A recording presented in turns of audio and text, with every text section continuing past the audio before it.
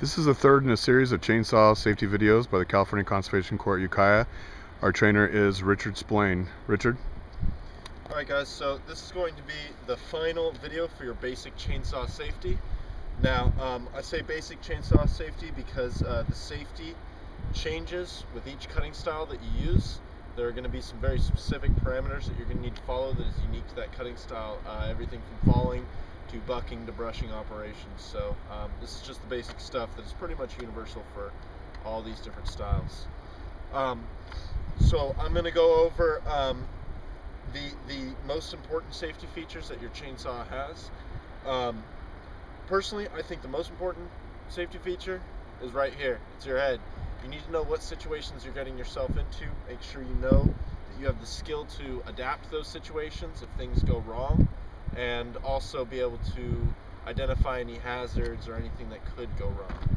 So that is the most important safety feature you have. However, your chainsaw is one built in. Okay, and this is called your handbrake, right? This is designed to stop your chain from rotating. If it's off, then your chain will be able to rotate. So if you're running power through your saw, your chain is spinning. If you let your finger off the throttle, your chain will still have that momentum and the chain will still be spinning. That is still very dangerous. It can give you a good 3-inch cut at the very least before it slows down. So this brake is designed so that you can stop that chain on demand, like so. Alright, so that's one feature that it's designed for. Second feature is kickback. Okay, kickback is probably, personally, I think is one of the most dangerous things that happen with chainsawing, unless you get into tree falling. Okay, kickback is where the momentum of the saw, the energy from the saw, is transferred through to the chain. Then the chain is either bound up or it's stopped in a motion that actually kicks the saw back up at you.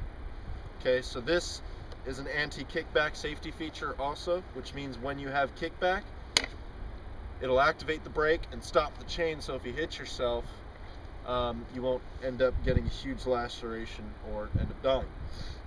However, there are methods to avoid that, which I will get into. Though I just wanted to go over the importance of this safety feature. I do also want to throw in that when you are using your brake going from spot to spot, make sure you slow your chain down before you actually apply your brake. Your brake, just like car brakes, will run out eventually, and you want to make sure that it is well taken care of and that it's ready to go when you actually need it. So when you're cutting through material, slow down at the last bit. Let the chain stop itself through the final tiny bit of material, and then you can apply your brake and you won't burn out your brake. Alright, so now I mentioned a little bit about kickback, so I'll go a little further into that. Kickback is mainly achieved one of two ways, right? When you're cutting an object and it pinches your bar, so it closes in on your bar and causes a pinch, like this, that we call that pinching, but the kickback happens when you close in on your chain. Okay, so what's going to happen is the wood is going to bite onto the chain. The chain's going to have all that momentum that is produced by this beautiful 441 power head right here, and that momentum is going to be kicked straight back up at you. Okay, another way that it can be caused is these teeth can actually be stopped by man-made material. For instance, there's nails in trees, fences. I've actually run into a fence inside of an oak that we counted the rings and it was 80 years old. So even on objects you don't think it's there, it could be there. So this is something you need to watch out with kickback. Also with hitting rocks and things like that, it'll actually stop the tooth, and then again, all that momentum is going to transfer all that energy straight up. Okay, kickback is kind of like being near the ocean with those sleeper waves. You're going to get a lot of the smaller ones, a lot of small kickback that you can manage easily. In my cutting career, I've run across 3 major kickback situations in which it actually threw the saw upwards, and after my first one, it nipped my tail and I learned my lesson. So you guys want to practice this from the very get-go. Okay, for starters, with kickback, oh, sorry, I almost forgot. The most dangerous part of the saw is actually this section right here that you see above my hand. The reason why that is if you get kickback, at this point, you're going to have that leverage, right? It's like the same thing with using a hand tool. The further down the handle you hold it, the stronger it is. Same deal. If you get kickback down here at the base, pretty close to your body and your grip, you're going to be able to control it reasonably well, especially if you're dogged in. However, kickback here at the top, that's going to have the leverage point, and that's where it's going to have a lot more power than what you're going to expect. So keep in mind that that is the most dangerous part of your saw right here. Okay, so a way to mitigate kickback is the way that you hold your saw and the way that you cut. For rookies, sometimes, or for beginners, sometimes we have them hold the saw straight to their hip like a pivot.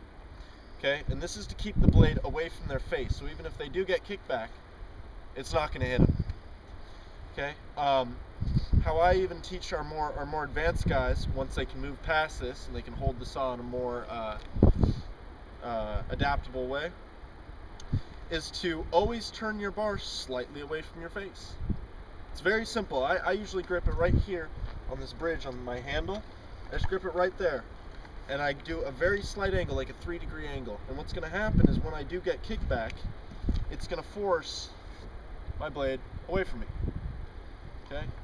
Unless I'm cutting something that is absolutely necessary, that's perfectly straight, at that point I will straighten it out, but I'll lean my head out of the way when I'm doing that. This is very important, because kickback is not something, no matter how big, how macho you are, if you get big kickback and you're using something, a saw that is at least this size, you are not going to be able to fight it. It's something that when you get it, you will understand. You cannot beat it.